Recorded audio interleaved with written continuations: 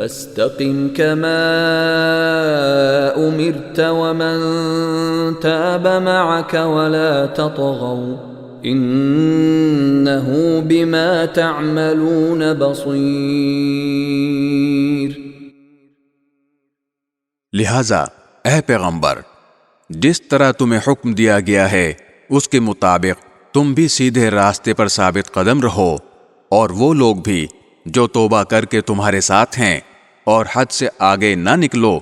یقین رکھو کہ جو عمل بھی تم کرتے ہو وہ اسے پوری طرح دیکھتا ہے۔ ولا تركنوا إلى الذين ظلموا فتمسكم النار وما لكم من دون الله من أولياء